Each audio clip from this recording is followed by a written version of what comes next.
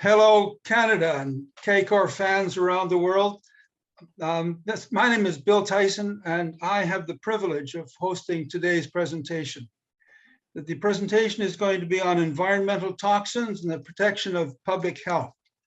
And I hope that this is being adequately recorded, Dave. I don't see my picture on the screen there. Hello, hello. You're fine, Go Bill. ahead. Go ahead. Okay.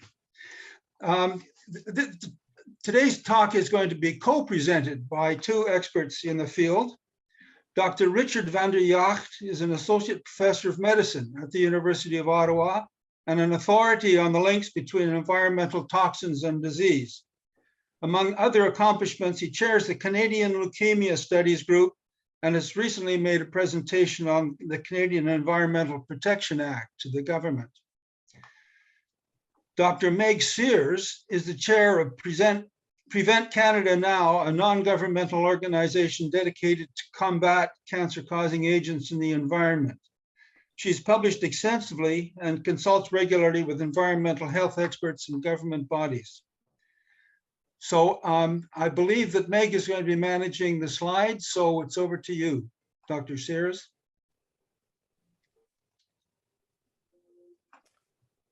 Okay, so thank you, Bill, for that introduction. I appreciate the invitation to speak today, and I hope you will all learn something.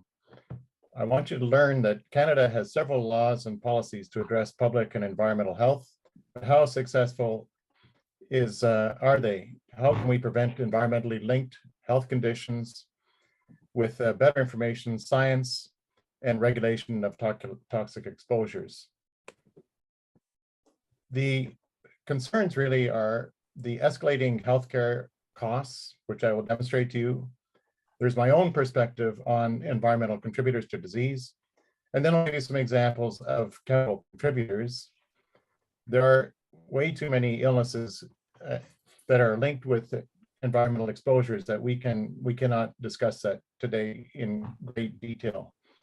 But then what's really important is how can we protect health in law and policy, updates on ongoing reforms. We will look at health trends, particularly in young Canadians, and then we'll see how environmental exposures can underlying life-altering and life-limiting disease. These exposures arise because of decisions being made by us and for us. So how can we improve the rules and science, the science-based decision-making to make better choices?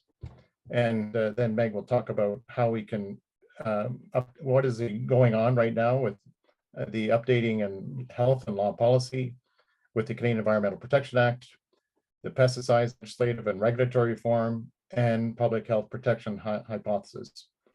And we will talk about evidence for health protective regulation. If you look at the next slide, you will see that this is the actual spending on healthcare in Canada. It's a real eye-opener. You can see that right now we're spending, as of last year, $308 billion, which comes down to about $8,000 per person, and how that is steadily rising. Canada can no longer afford to do this. If our laws were working, if our regulation of environmental toxins were working, we would not be seeing this rise. Again, some of that is attributed to aging population, but there's no doubt that some of that is related to exposures to environmental toxins. Some of the clues for environmental clustering of exposures reveals environmental links to ill health. There are diseases that we know of due to clustering of diseases, such as dementia and air pollution, birth defects in agricultural areas, hypothyroidism and water contamination, which was shown in a study on the East Coast, diabetes in northern populations, and classes of chemicals that cause similar diseases. We also know that the hypothyroidism is related to contaminated water and fish, and the diabetes in northern populations we think is related to toxins. So in the next slide, this is one disease that I've had personal experience with. That is myeloma. It is a disease that is really associated with fatigue, bone pain, kidney problems, but it's been steadily rising at a rate of about 2.5% per year on an age-adjusted basis. So it's not just due to the aging population, but it also has been correlated with obesity and pesticide use. The treatment of multiple myeloma, we know, remains a challenge as patients eventually progress through multiple lines of therapy. And although treatment has been getting better, they still fail over time. The average US cost is $34,000 per month. And that is in a recent study. And total treatment costs are estimated to be about $671,000, mostly due to drug and infusion costs. And then I'll go to what I started to see actually in myeloma itself. I treated a lot of patients with this, is that you started to see younger patients with it. And that became very, very concerning for me. Then with the acute myeloid leukemia, and as you heard at the beginning in the introduction, I did found and chair the Canadian Leukemia Studies Group. I stopped chairing that many years ago, over 10 years ago, but it was a collaboration of over 22 centers funded by the Canadian Institute for Health Research. And we know that approximately a third of patients receive only best supportive care, leading to premature loss of life. It's a major, these patients are extremely ill, some of the sickest in the hospital. Three major costs are hospitalization, medical costs, and then eventually many of them end up going for stem cell transplant. And we're actually doing stem cell transplants in older and older patients. And then they end up getting cellular therapies and drugs. The single infusion of chimeric antigen receptor therapy, otherwise known as CAR-T cells, it can be as high as $475,000 US. Many patients required prolonged maintenance, and in some of the drugs that I was prescribing, the drugs would cost over $100,000 per year. The cost of acute myeloid leukemia therapy, let me see here. Wait a minute. Okay, sorry. The cost of lymphoma therapy. The cost of therapy for a low-grade non-Hodgkin lymphoma, which is the one that is most associated with exposure to pesticides, is about $212,000 just for first-line therapy. But again, these patients do not get cured. They end up getting relapses. And although survival is improving, patients require multiple lines of therapy that again can end up requiring CAR-T therapy at a cost of about $500,000, as you heard in the previous slide. And this is really costly, not only to the system, but to the patients, their caregivers. And it was really quite concerning for me to see all this happening. In the next slide,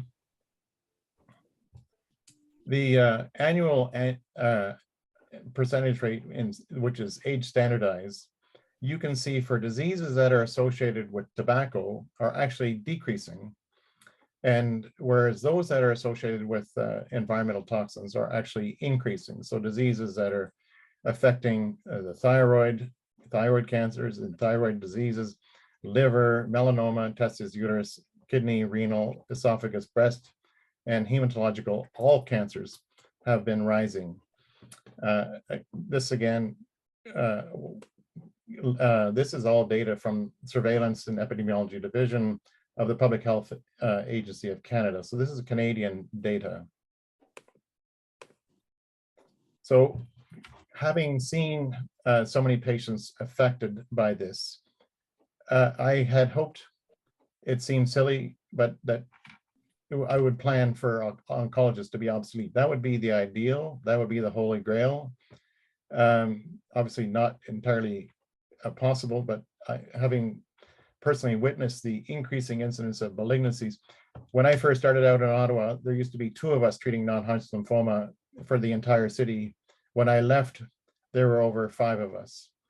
The Veterans Affairs requested reviews of patients exposed to rainbow herbicides, such as Agent Orange at CFB Gagetown. The genotoxins cause diseases such as non-Hodgkin lymphoma and other diseases which are recognized for disability in the United States, but not yet in Canada. Firefighters, again, another group of type patients that I saw, were exposed to combustion products and flame retardants. And again, they ended up getting non-Hodgkin lymphoma. So this drove me to try and change things. not me alone, but of course others are we're working together on this, from developing new therapies to a new paradigm. So to develop a new therapy, one single new drug actually costs over 2 billion to develop, and only 1 in 10 drugs are successful.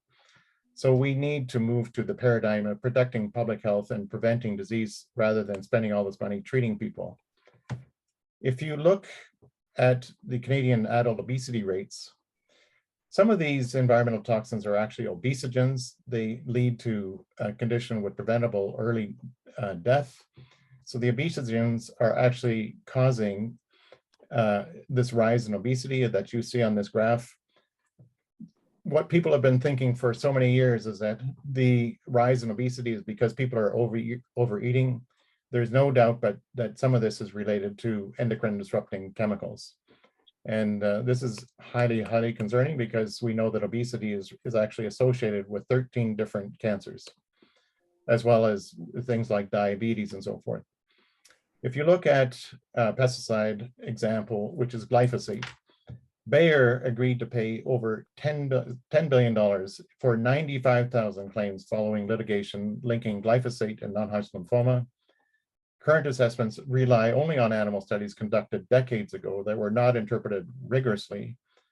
Later on, the court disclosed the Monsanto papers, which highlight industry pressure on the regulators, the US Environmental Protection Association, and scientific misconduct. This is Canadian data now you're looking at in annual pesticide sales. Look at the use of glyphosate.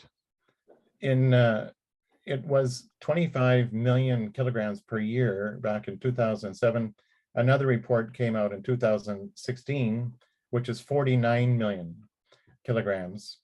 And in the US, we don't have data actually after that study in 2016, but in the US, we know that glyphosate has increased approximately 100-fold since the mid-1970s. And one would suspect that it's likely going up the same way in Canada. The registration challenges urgently needed are we need to do human biomonitoring. We need to find out how much of this chemical is in people's blood. We know that when certain subpopulations were tested in the US, 99% of people had evidence of glyphosate in their blood. We need to prioritize glyphosate and glyphosate-based herbicides for state-of-the-art hazard assessments.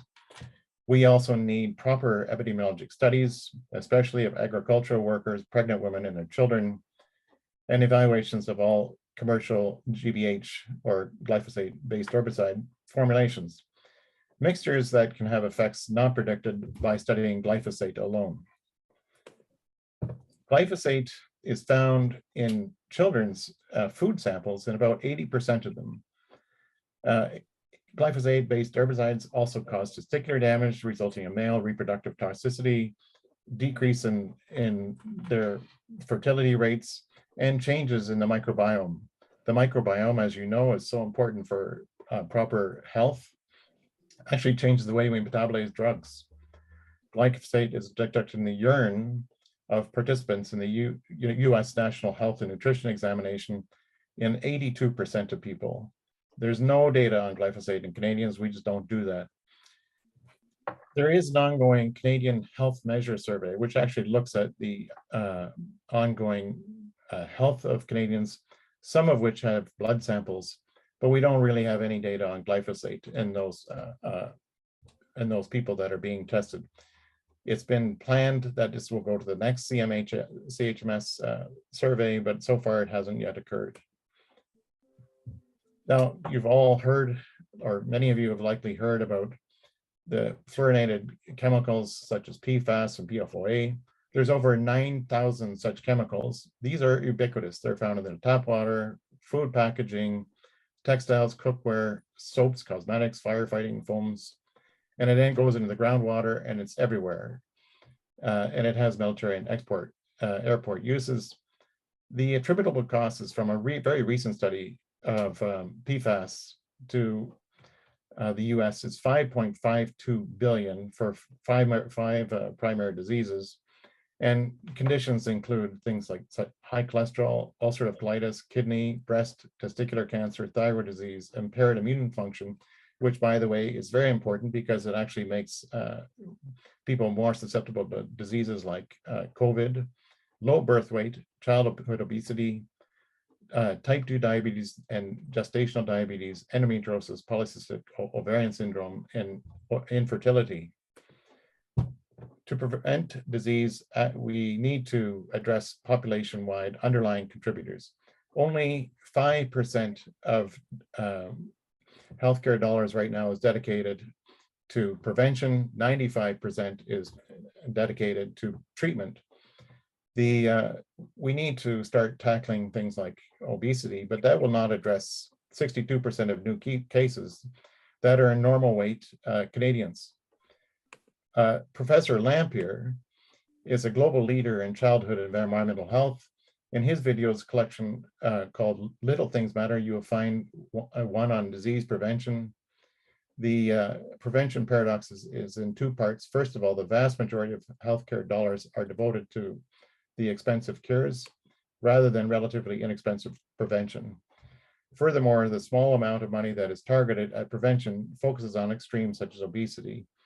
That encompasses only a minority of the diseases. Of course, if the opinions of many modern experts are correct, that toxic chemicals underlying both the supposed cause, such as obesity, as well as the effects such as diabetes, cardiovascular disease, etc., then there is an element of futility on focusing on behavior change. Now, the toxic chemicals, we know that there are two laws. Really, the pesticides and other chemicals are regulated under separate laws in Canada. Both are presently under review. There's the Pesticide Management Regulatory Agency, or the PMRA, which looks at pesticides and so forth. Then we have the Canadian Environmental Protection Act. The US, on the contrary, actually, everything is under one act. So pesticides are meant to be harmful to life forms, and Pest Control Products Act regulation and policies are under review. The Canadian Environmental Protection Act is being amended with Bill S5 that just passed a final reading in the Senate and is moving on back to the House of Commons.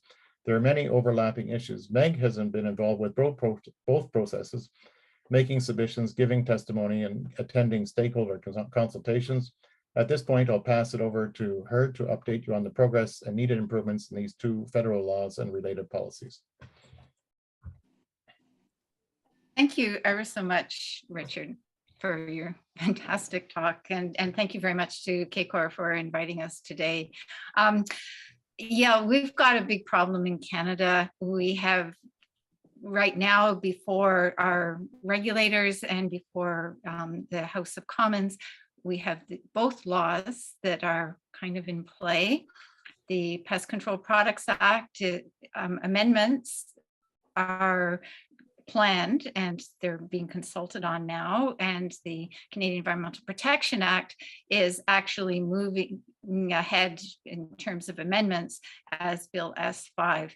But in fact, just published, including with authors by very prominent Canadian researchers, the consensus is that right now our chemicals inventory is unmanageable. We supposedly manage pesticides and manage other things, but we are exceeding planetary boundaries, not only for carbon dioxide, but also for all of these novel chemicals for resource extraction, manufacturing, use and disposal. And then we're also outstripping our capacity for assessment and monitoring.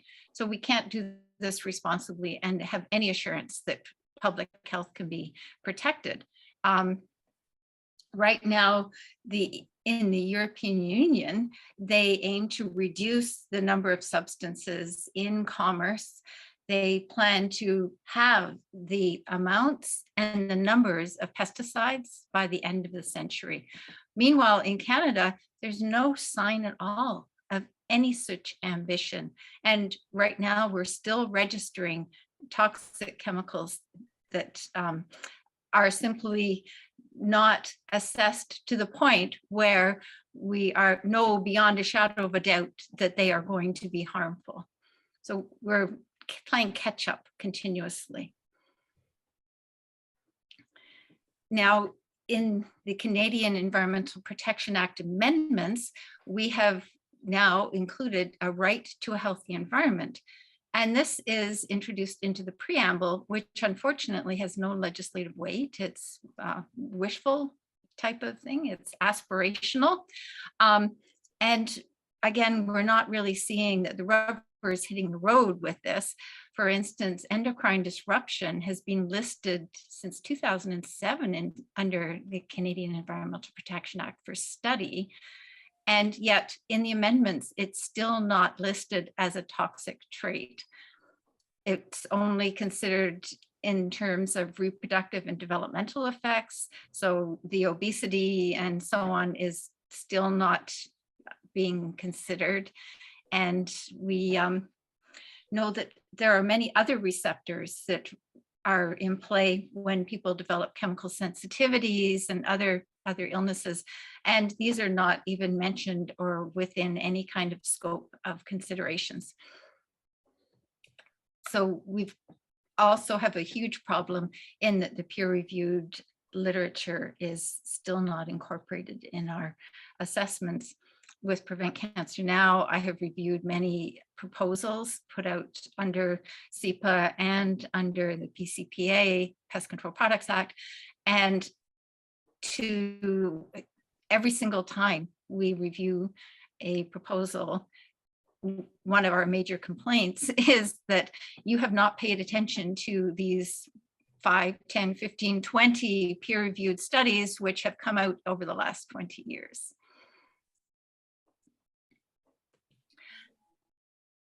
And when we're looking at the types of information that's being considered, there's a lot of very high dose animal research, but that does not predict the low dose effects or vice versa.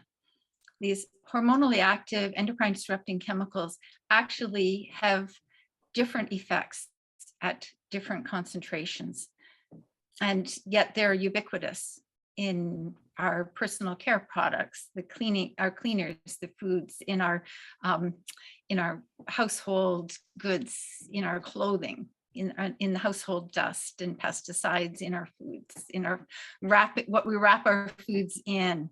So we need to have a big shift so that we are considering within our regulatory systems both these new rapid lab tests and screening models, and also real life experiences that our researchers are working very hard on if they can find the funding for this kind of research. And yet it's not making it into the halls of Health Canada, unfortunately. So to do with pesticides, the backstory here is that a year ago, the Pest Management Regulatory Agency came up with this idea that they should allow higher levels of glyphosate in our foods. There was a lot of complaints about that, a lot of publicity. And so they backtracked on that just before the election and promised that they were going to transform pesticide management in Canada. And so today, carrying on, there is still this pitch from the PMRA that we should harmonize with international high concentrations of residues that are permitted in foods. And the rationale is that this will remove barriers for importation of food to Canada. Now, Canada is actually a net exporter, so importing foods should not be a really big problem if we're considering foods that we grow here. And of course, the catch is that if we allow high levels of contamination, our goods are going to be contaminated. And we have a very solid record of having Canadian commodities turned around at the border in the European Union because of, for instance, glyphosate levels that are too high or cadmium levels that are too high, which is actually linked to the use of glyphosate.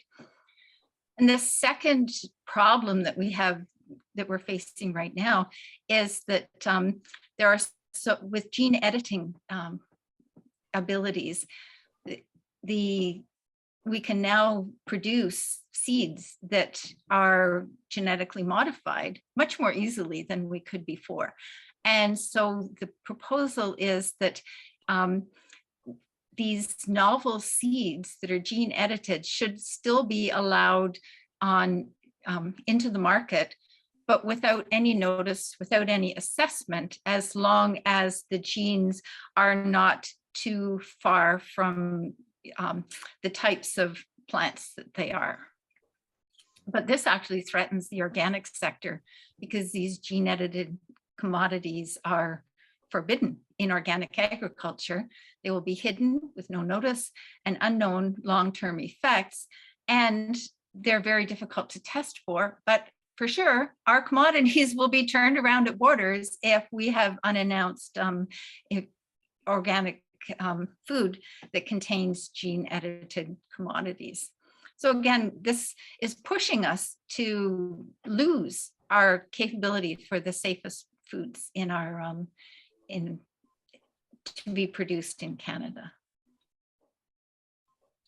So in order to improve our chemicals management, we must slow this piecemeal action and instead move to achieve optimal and least toxic solutions. So we've got to have our eye on the ball here, that we're going to, instead of allowing everything until it's proven to be really, really bad and then eventually stopping it, we have to say, okay, amongst this group of options, one particular or two or three are clearly better.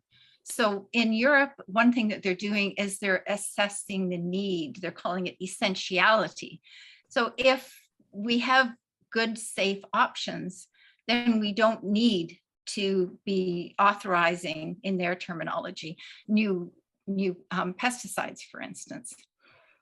We also need to include a climate lens, and this, I won't go into the details of this now, but the ideas have been quite thoroughly developed to look at the carbon implications through an entire process, not just to do with the chemical, but how it's actually used. We have to be working and acting on groups of chemicals. Right now, chemicals are generally considered innocent until proven guilty. But there are some things like these PFAS chemicals where the entire gang has to be considered guilty, and we should be looking at using them only if we absolutely must for, for instance, protecting workers. And don't ask me why that went backwards. And we have to establish the scientific capabilities to link exposures with human and environmental health. Because after all, humans are not separate from the environment. We rely on our environment. We're one and the same. And if our environment is not protected, then we will not be either.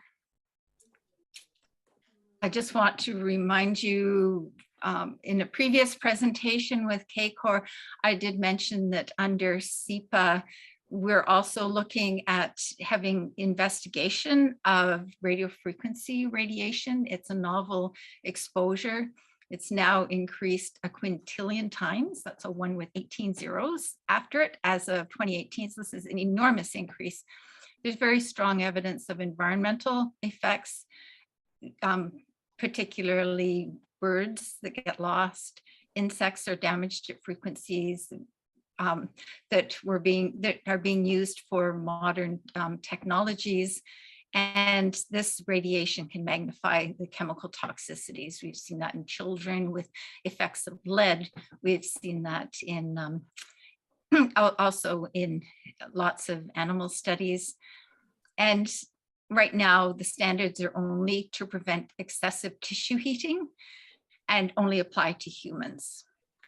But we have much safer options again. So once again, we can go back to that essentiality notion that we have inherently safer options, so we should use those as much as we can. And in Canada, it's sometimes pretty hard to follow the science. And I've been working really hard to try to do this.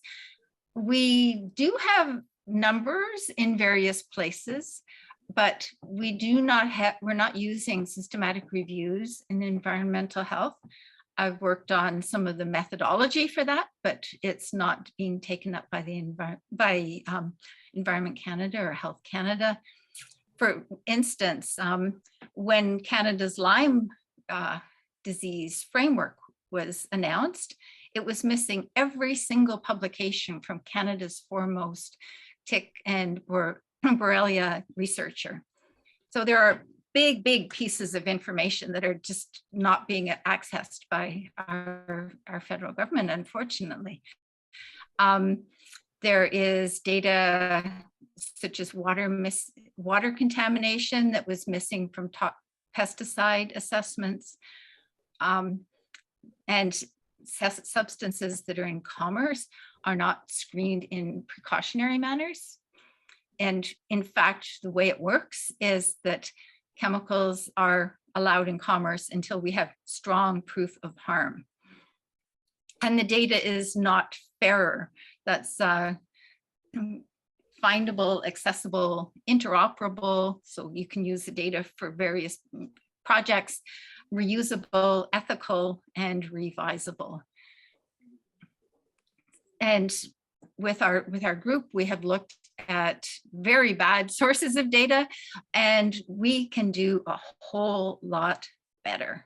So I'm going to put it back to Richard now to talk about some ideas on how we could link environmental data and exposure data and health outcomes so that we'll have a better idea and can find a better route forward in environmental health. Thank you, Meg. The platform which I'm going to describe to you is something we envision as the Canadian Environmental Health Information Infrastructure. The goals would be to decrease the child onset and chronic disease, as well as early death, as well as personal and healthcare costs. So that's a big ask. At the same time, the resources will enable prompt responses to accelerating changes with research, education, regulation. The approach is doubtless easier said than done. It's a very complicated picture, but basically the plan is to map exposures against health outcomes in order to link both beneficial and adverse health outcomes. So the data for disease prevention, we cannot always say why one particular person got sick. I got asked that so often in clinic, why did I get cancer? And you could never really, almost never, you could answer that question because their exposure to genotoxins and so forth. But that's not always the reason why, but certainly frequently the reason why, but we can only suspect that. I have patients who live close to farms and got exposed when they were young and so forth. But across the group though, when you look at geospatial incidents of disease and outcomes in the people living in that area, then you get a better clue. More and younger Canadians have environmentally linked diseases. The suffering, heartbreak, costs, lost productivity, healthcare are overburdening our society and our healthcare system. We can't keep going the way we are. We're in the midst of a worsening healthcare crisis, and I'm not talking about people working in the system, doctors and nurses who are overburdened by COVID and so forth. And we need more data. And we know, for instance, air pollution is known to be harmful, but what we don't have is the exposure data to mesh exposure information of environmental toxins to mesh with health data. That is the big missing link. So on the next slide, you'll see that what we really need are some internal exposure data, getting some blood samples and so forth, but we also need to look at levels in the environment, like drinking water, foods, consumer products, and then having some surrogate exposures, like how far away do you live from a road? How far do you live away from a farm?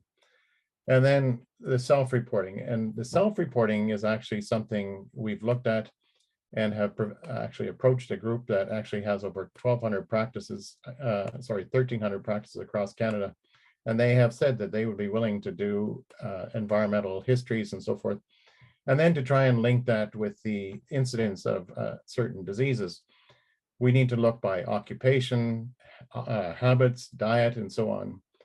And many of these teams and sources of data could be drawn together and then put into one big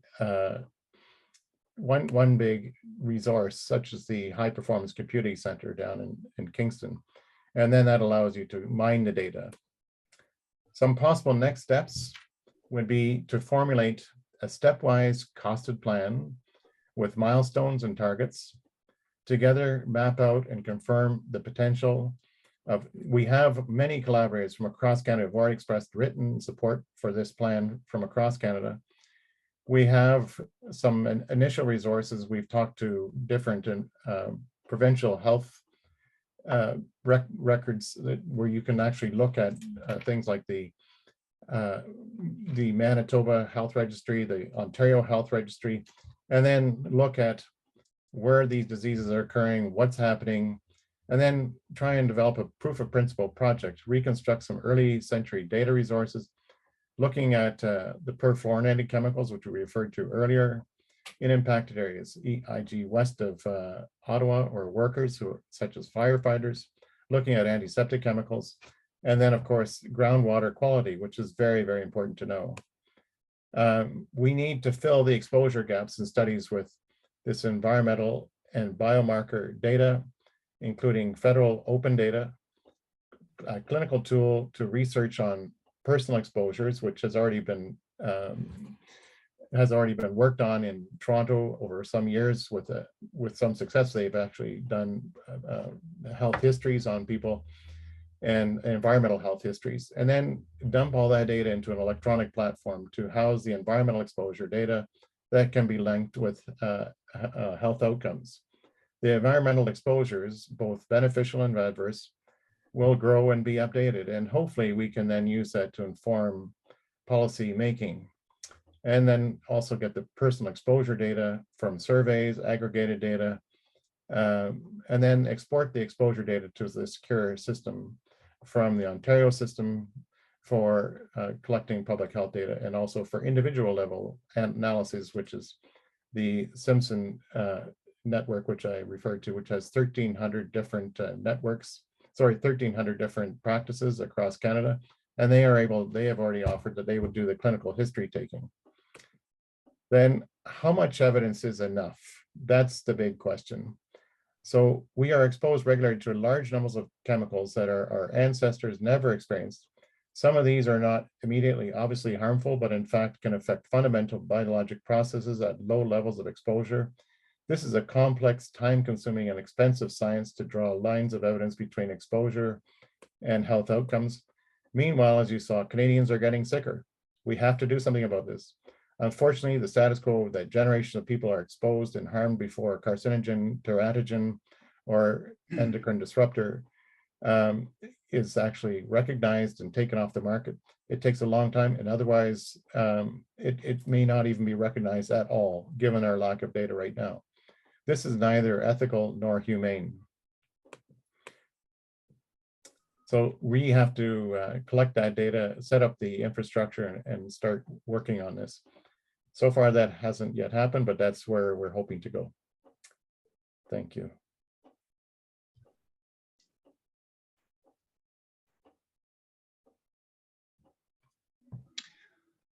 Well, thank you very much. That was very frightening, actually. But we have a few people lined up on the chat, so maybe we could turn to them. Peter McKinnon had a few questions that he wanted to ask. So Peter, are you there? Yes, I'm here. Okay, well, Bill. I'll just advise Jean that she's also next in line. So after you've made your comments, Peter, she can come on. Thank you. Peter? Thank you very much, Bill. Richard, thanks for your presentation, and also Meg for yours. So I have two questions I'd like to pose, one to each of you. if I may take the time. So the first question refers to your slide 13, Richard. It's the one where it has a lot of this chemical that's produced in very large quantity. I'm just wondering, why is it produced in such a large quantity? What's it used for? And is there some alternative that might be safer? Well, right now, glyphosate is being spread all over your crops. That's really where it's being used. And it's used as a desiccant. And farmers are convinced that they need to use it. Although I know, for instance, from people in Europe, they're using less than a tenth of the percentage of glyphosate than we are using here in North America.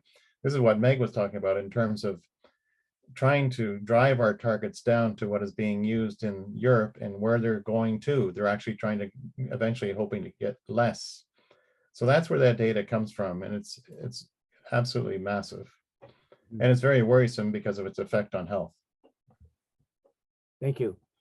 My question for Meg is, you spoke about planetary boundaries. That's a big topic, something I'm also familiar with. So I just was wondering, what do you mean in your reference to planetary boundaries with regard to these toxins? Because I'm not aware of the toxins being specifically defined as part of our planetary boundary issues these days. Yes, this paper just came out. Dr. Miriam Diamond is one of the authors on it. She's at University of Toronto, and she's done a lot of work on this kind of issue.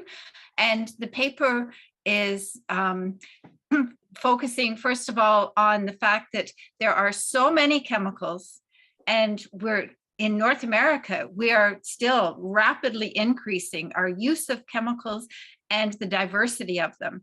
So there's the bare chemical part of the boundary, in that there's a lot of carbon dioxide and global warming associated with producing and using and wasting and burning or incinerating, et cetera, et cetera. But the other boundary is our capability of following what we're doing, because there are, as Richard was describing, if you're doing mathematical analyses, in order to discern an effect, if it's too complex, then you have to have an astronomical amount of data before you can tease out effects in complex systems. So now we're facing, according to these researchers, the point where regulation actually isn't possible if we're going to wait until we've proven harm before we take action. That's just not feasible anymore, because there's too many chemicals, too many effects, too much lack of data. We don't know what's in the groundwater, and we don't know what's in our food. We don't know what's in us. So basically, we're opening the door to so much chemical production and use based on, not on knowledge of safety, but lack of knowledge of harms, because it's just intractable. Thank you. Okay, I guess I'm on deck now. Anyway, I think this question is going to be for Richard, but either one of you could answer it, I suppose. There is absolutely no question that everybody is going to die. I will say that categorically, because I am kind of tired of listening to some of these people talk about statistics and saying that, if you live better lives, you're not going to die. Well, yeah, you're going to die. It doesn't really matter. But what the question is your quality of life.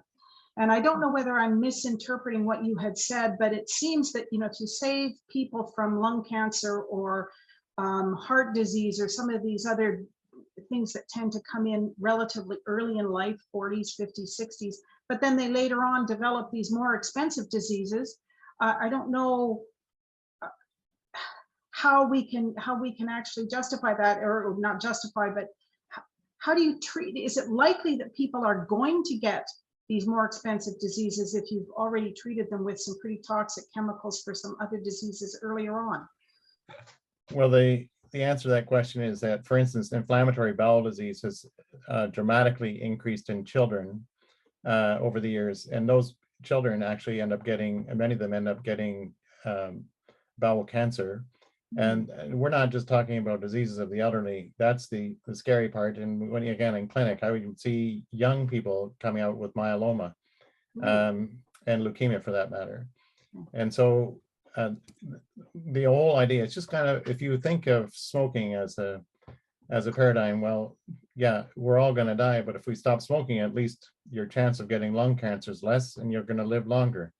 So likewise, if we can decrease exposure to really the tens of thousands of chemicals, or at least as much as possible, and as Meg has alluded to, if we can show that the chemical is absolutely necessary before using it, rather than just letting it out on the market and waiting until there's absolute proof of harm before taking it off. And that's why we really want to start collecting that data. And as complex as it is, it's better to try so that we can improve the science-based decision-making. Thank you. Yeah. My turn. Thank you, Richard and Meg. Yeah, you scared the hell out of me. I intend to live much, much longer, but I don't know. I'm going to invoke the precautionary principle because I've worked with that, not in health, but in essentially trying to preserve the world's special places and species. And the big issue we've always had with those is, of course, how much precaution, what proof do we require? And certainly through the UN, there's been a notion of at least trying to invoke the precautionary principle in the planning process. It gave us a real issue, though, because most of the people were trying just to save people, and we were actually trying to save other species and ecosystems. So I'm just throwing that out, saying, can we get there from here? And can we, in fact, effectively invoke the precautionary principle in a more holistic fashion? Either will do, or anyone else for that matter. Yes, we have to. And, you know, I've looked at chemicals and so on, and it drives me bonkers the way that they'll say, oh, well, you know, this, we don't have good solid proof that, you know, this particular thing will affect the thyroid or whatever. And, you know, we have a lot of it. Sorry, you're breaking up. Can't hear you. Perhaps if you stop your video, then we'll be able to hear you better. I think you're using up all of your bandwidth. Oh, now he's frozen. Oh dear. Yes. Well, I suggest you carry on and answer the question. Yeah. Okay, thanks, Art. Yes, we do have mention of the precautionary principle in the Canadian Environmental Protection Act, and that applies to both people and to animals and the biota and the environment as a whole. And yet we see that it falls by the wayside, not so much for lack of wanting to be precautionary, but because we just don't have the data, or somehow or other the rules are being twisted, and we're ending up with excess pollution. I can just give you one example that was brought forward in the debates around Bill S5, which is amending the Canadian Environmental Protection Act. And Canadian Environmental Law Association did analyses of pollution, of pollution emissions. And yes, they're made a big deal of the fact that air pollution actually went down. But then when they looked at the emissions to land, what had happened was these factories installed some kind of pollution capture equipment in their smokestacks, and they captured the pollution, and then they simply put it on the ground. So, which then washed into the, you know, surrounding lakes and waterways and so on. So it simply went via a different route. So I think that we have to really start engaging our brain, and we need to have a lot more public participation and transparency so that the cheaper precautionary way, protecting my profits isn't necessarily what is going to be the main driver. Thank you very much. I can add on to that, it's as Meg mentioned earlier on, when you know classes of chemicals act in certain ways that are similar, we shouldn't be approving another chemical that has the same structure when we already know that many other chemicals in that class have a certain action that's adverse to public health. And we really need to show that it's necessary. I think that we can't underline that enough. And again, the effect on, as Meg has mentioned, it's not only the effect on human health, it's the effect on so many other species, right down to insects and so forth. So we're really it's an all-encompassing problem. And we certainly can't keep driving the way we are blind. Yeah, one example of what Richard is referring to could be the bisphenols. We've heard about bisphenol A, which is that clear, hard plastic that is estrogenic. Some of the other bisphenols, they might not be estrogenic, but they're still, some of them might be androgenic, but there's a whole alphabet soup of bisphenols. And yet we restrict one and we only take another one off the market once we've proven that, yes, it too is harmful. And it's silly because there are other forms of plastic that are inherently much safer. And yet this is our paradigm in Canada, and it's not the paradigm internationally. So there are other ways that we could be doing things much better. I'm afraid to even mention GMO because they're in the middle of the same headbanging as you are on chemicals. Well, yeah, right now there's the move afoot to basically deregulate most GMOs because the gene editing is so easy now. And but right testing now, it in advance might not be a bad idea. well, yeah, one concern I have that I haven't heard people making a lot of hay about, forgive the pun, is that now with gene editing, we could introduce other resistance to other types of herbicides. And right now, glyphosate is being used in tremendous quantities, but there's a large move afoot to get rid of glyphosate. However, GMOs on the table is both a positive and negative potential. But back to your point, we better know something about it first before we release it on everybody. Oh yeah. Well, you could, with gene editing, you could probably produce a genetically modified organism for eating that would be resistant to one of these new herbicides, for instance. And the PMRA it's already in the process of approving a new herbicide, which is mind-boggling to my mind. Is, I'm trained in chemistry. It's got a moiety on it that's going to break off and affect the ozone layer. So it's got all these fluorines. It's got another part of it that is going to be an endocrine disruptor, and it's got a highly reactive part. And they say, oh, this is very, very effective. Well, gosh, it's toxic in so many ways. How could it not be effective? But I'm afraid it's not going to be. It's going to be effective in harming people as well.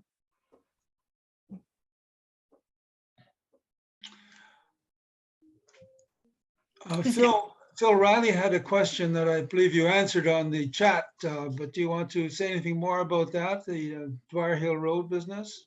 Oh, I'd like to expand my question if I could, because that statement about contamination in West Carleton really just triggered something. And so I have rushed upstairs and I'm now holding a document from the city of Ottawa, which is the results of chemical and bacteriological analysis of your well water. I was part of a regional well water testing program back in 2019. Oh. And yeah, me too.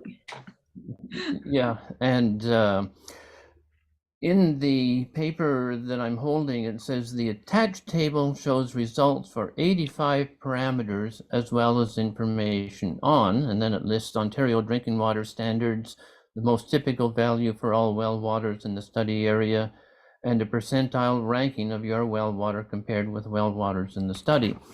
But when you take a look at the table of results that they have been testing, they're only looking at sort of the mineral components, you know, the tables of minerals that you scientists know quite well.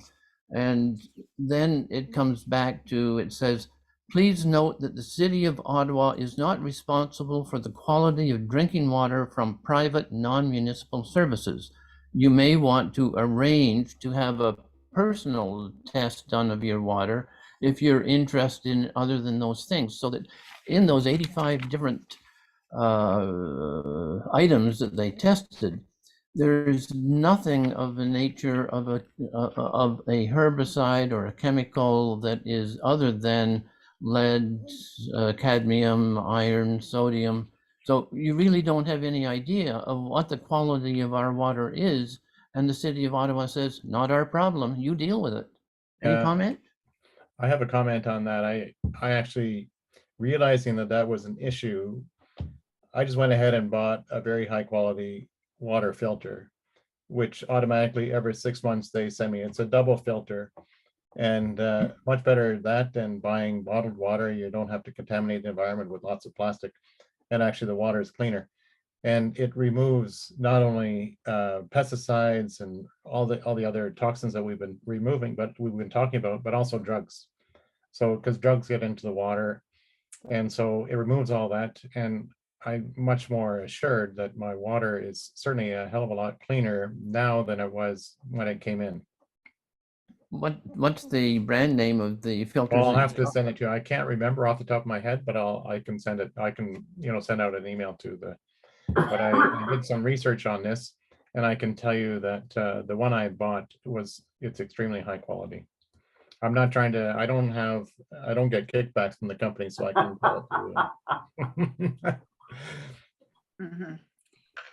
Yeah, I can just make a brief comment on this study. It was they were interested in the geology of the area and the water supplies, as well as the types of water. And so that was one of the reasons that they did not get into all of the organics, but it can be very, very expensive to get very high quality testing of a very large number of potential organic contaminants.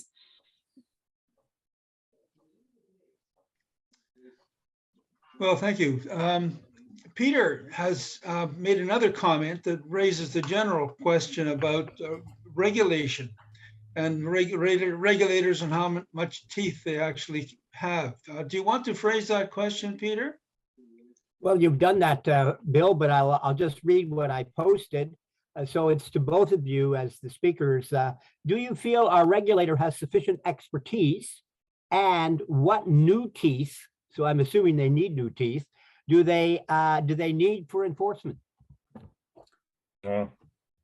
Yeah, that's the regulators have a certain amount of expertise. They're missing out on some skills in terms of data handling and so on, but they're also missing out on a lot of the support in terms of infrastructure that they would need.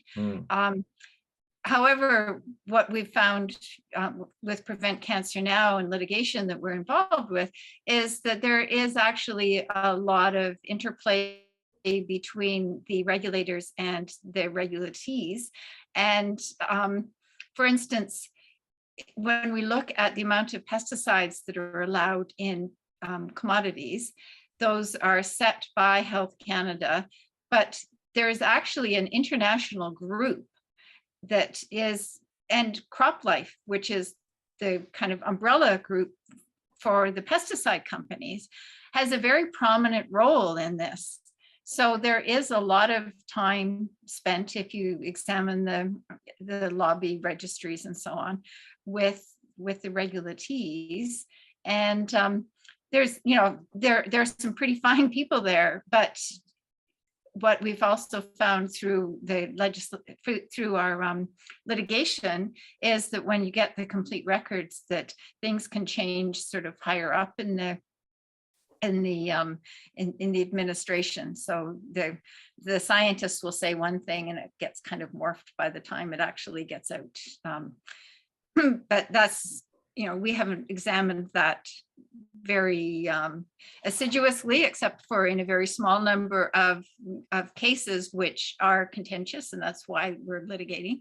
But certainly the scientists need to have the backing of their administrators, and they need to have the backing of the backing for science, because they don't have the capacity to do the kinds of systematic reviews that we do for instance, at the OHRI for certain medical interventions. I was going to add to this, clarification because some years ago, there was a group of us who actually submitted a document to the provincial government to try and have cosmetic pesticides banned. And then they did actually ban, quotes, cosmetic pesticides. That said, you still find them on the shelves and they're not regulated at all. Like, there's no enforcement of that rule. So although we were happy, we thought we won a battle. And in fact, the reality is, I don't think it has. It's a lot better now than it was, that's for sure. Yeah, that's true. But the other interesting thing, though, is that you can buy something that's labeled Roundup, which generally people think is glyphosate, but in a masterful move, which is just going to instill a huge amount of doubt in future litigation, Bayer now produces Roundup Advanced, which is vinegar and soap. So then people, if somebody gets cancer down the road and then they say, oh, I was using Roundup, they'll say, oh, you were probably just using vinegar. So it's, what's on the shelf, you have to read the labels and so on and so forth. But the companies are very, very clever about how they are manipulating what's on the shelf so that they can instill doubt in the future, because glyphosate Roundup is a very contentious issue right now. But if you find that your Roundup doesn't work quite as well as it used to, it's probably because the only thing that's allowed to be sold in Ontario is Roundup Advanced, which is vinegar and soap. So you might be able to save some money by mixing up some vinegar and soap. Well, let's hope that the soap is not carcinogenic, eh? Some of it is. Not plain soap. Avoid the fragrances. The fragrances, that's a witch's brew. Who knows what's in that? And there are actually endocrine disruptors and known carcinogens even listed amongst the fragrances that are. There's an international group that lists all the possible ingredients in fragrances. It's the International Fragrances Association, and they so they at one point listed benzene, which is a known carcinogen, on their list. So I pointed this out to Health Canada, and then a couple of months later that vanished, not from fragrances, but from the list. Okay, Art wanted to make a comment, but we don't seem to have anybody lined up after Art on the chat. So I should just mention, if you did want to have a question recorded for posterity, please enter it while Art is making his comment. Art, over to you. Okay, Meg, this is for you. I can say I'm not aware of any KCOR or members that are, in fact, giving presentations to the Senate and to the House, and to the members at committee level, I presume. Yes. And I would like to get a sense of how well received you are. This is more a personal thing that says, what's it like to talk to some of these people on something, extremely technical, and clearly this is not their long suit, and so they must in fact interact with you on a very personal level, both during the formal part of the presentation and maybe they even invite you for a cup of coffee, who knows. But I'm talking about at the personal level, and and when you're communicating with them. I wonder if you could say some comments on that. Actually, Richard was involved as well in some communication with the sponsor of Bill S5. Now, the sponsor is supposed to make sure that it's all kind of shepherded through, but he is actually an MD, and so he was very interested in this whole notion of the evidence, what you would need to actually do this kind of thing responsibly. But since he is the sponsor of the bill, he did not have a lot of input at that level. I was in some meetings with some other senators who were quite open. In the end, this entire process was really, really rushed. It's a very large, complex bill. And so some of the senators actually proposed really good amendments, and there are some improvements in the bill that as it goes over to the House. But there was also a lot of pushback from the government representatives, from the just the workers. So the people who were high up in Health Canada and in Environment and Climate Change Canada. And they actually, sometimes I wasn't convinced that they were giving us, an unequivocal response. They were giving some kind of responses that would sort of maintain the status quo, as opposed to that would be very progressive. So there was some pushback from the administration when senators were proposing amendments, and then the representatives from the administration were asked for their opinions on things, which I found a little bit disappointing and a bit concerning. But this was my first time actually being involved directly in this kind of process, where I'd presented to studies before, but not actually made presentation on amendments. But some of my representations, some of the smaller details actually were picked up by others. So, but overall, the environmental crews who were there were rather disappointed with what came out, and thought that it was probably partly because of how rushed it was, that the senators did not really grasp as well as we'd hoped that they would some of the details and the magnitudes of concerns. Okay, thank you. Very nice. I would add in there, Art, that the Canadian Environmental Protection Act had not been changed in 20 years, had not been updated or gone with the changes that we are seeing in the environment, or with the numbers of chemicals or anything. It really had not kept up with the times. So really just the fact that it did go to this standing committee is an important thing. And even though they did not make the changes that Meg has referred to, there at least are some changes, which is better than nothing. You can't have everything all at once. And so actually just getting them to think about this, there are many, many presentations from different experts who came and spoke to the standing committee, which in the end, that's all online. You can get it online, but you will see that the data is there and it's now open and public. Yeah, just so that you know, the process here is unusual. It's called Bill S5 because it started in the Senate. This bill had actually been introduced in the previous government. And so in order to kind of expedite it, they introduced it first in the Senate. Now it's going to go through the full process and more hearings in the House. So there is another opportunity to kind of pitch our case again in the House, and then hopefully it will progress a bit more, and then it has to bounce back and forth between the House and the Senate till they all agree. But the fat lady ain't sung yet, as they say. Just as a general comment, we have an appallingly low level of scientific expertise among the political class. It's really too bad. Mhm. Yeah. David and Peter have some further comments in that direction that allude a little bit, it seems to me, to corruption within government departments. Dave, do you want to pursue that?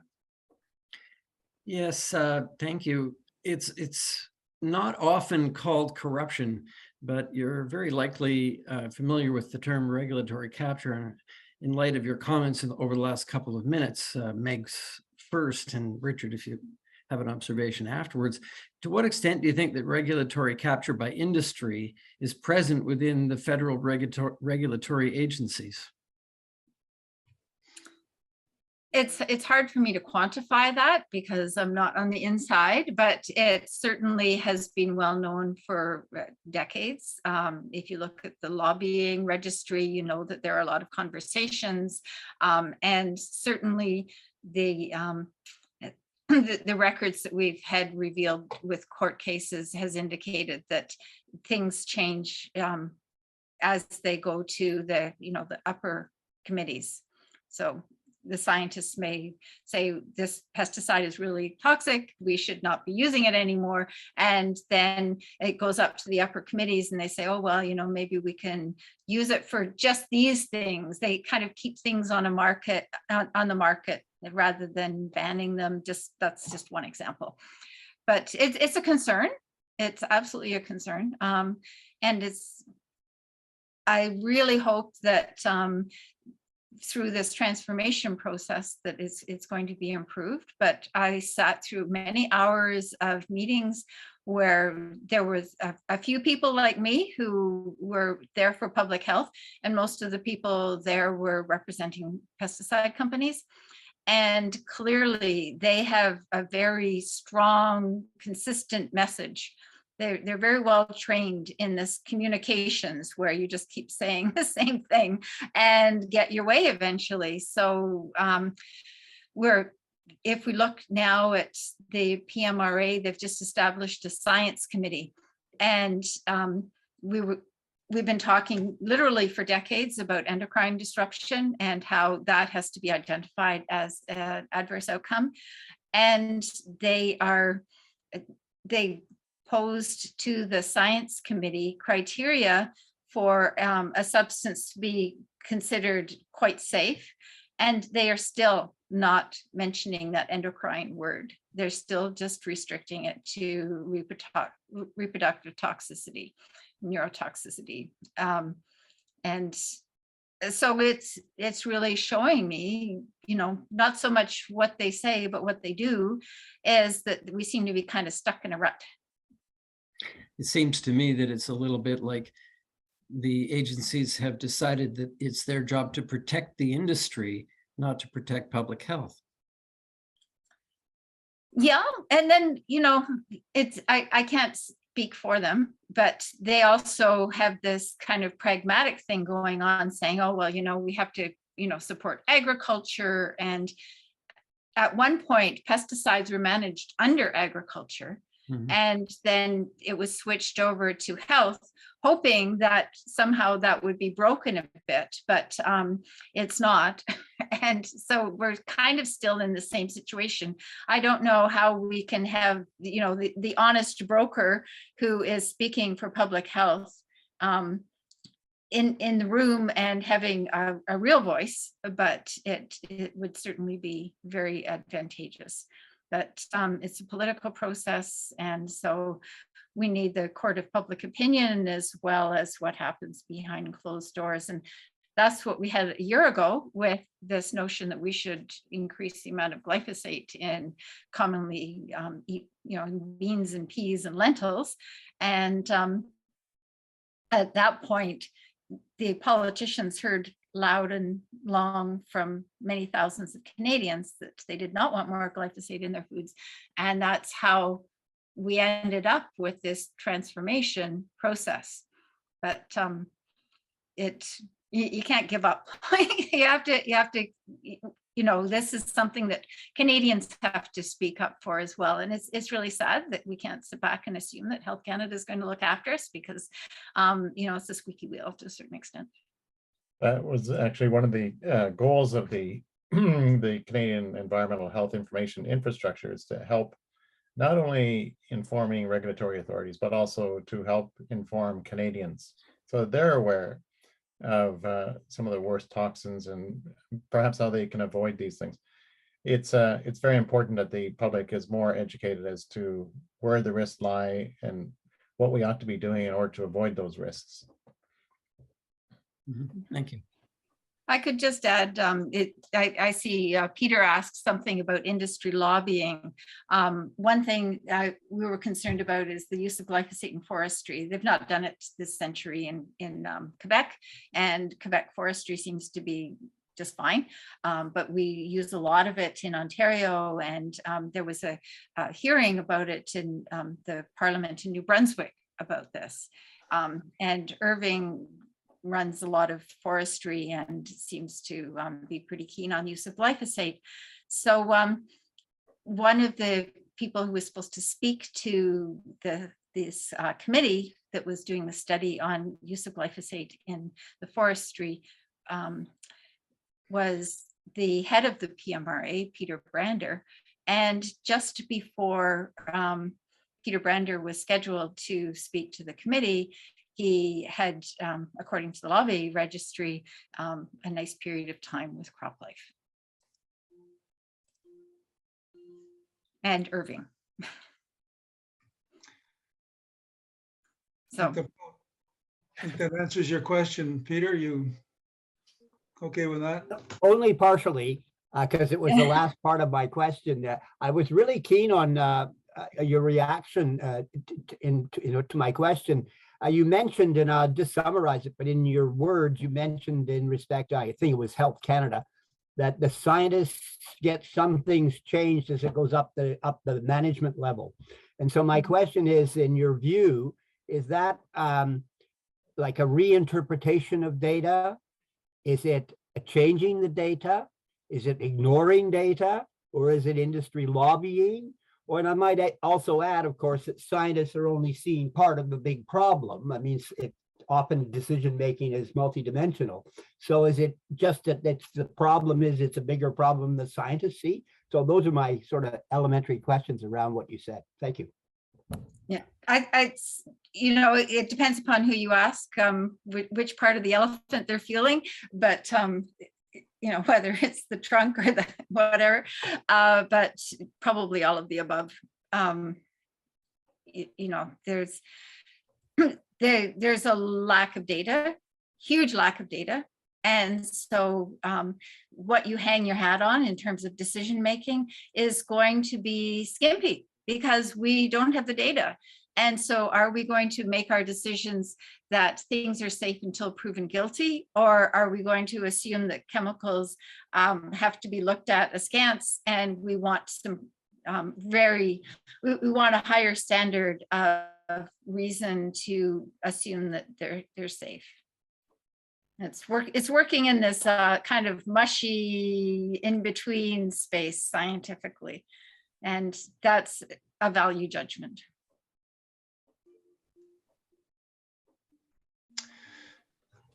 Good. Well, I don't see anyone with their hands up. So thank you very much for that.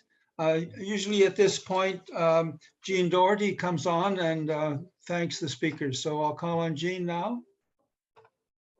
Thank you, Bill. And it's my pleasure and my privilege to have the opportunity to thank our speakers today for this very intriguing presentation that they gave us. I really appreciate the fact that you've taken the time and the effort to put together this presentation for KCOR. You've given us a lot to think about, I think. So thank you very, very much on behalf of the Canadian Association for the Club of Rome for what you've given us today. I would also like to say, for any of those who are not currently a member of KCOR or haven't come to many of our presentations, I would strongly encourage you to go to our website, canadiancore.com.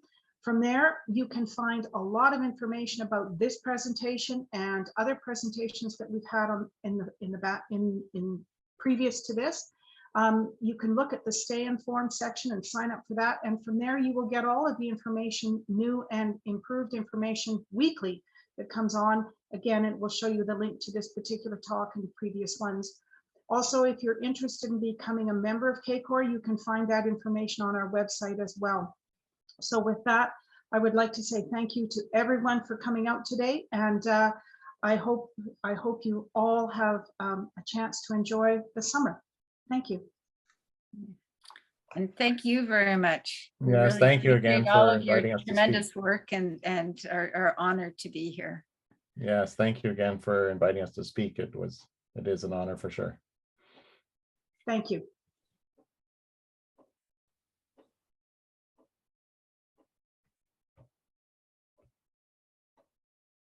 Dave, do we have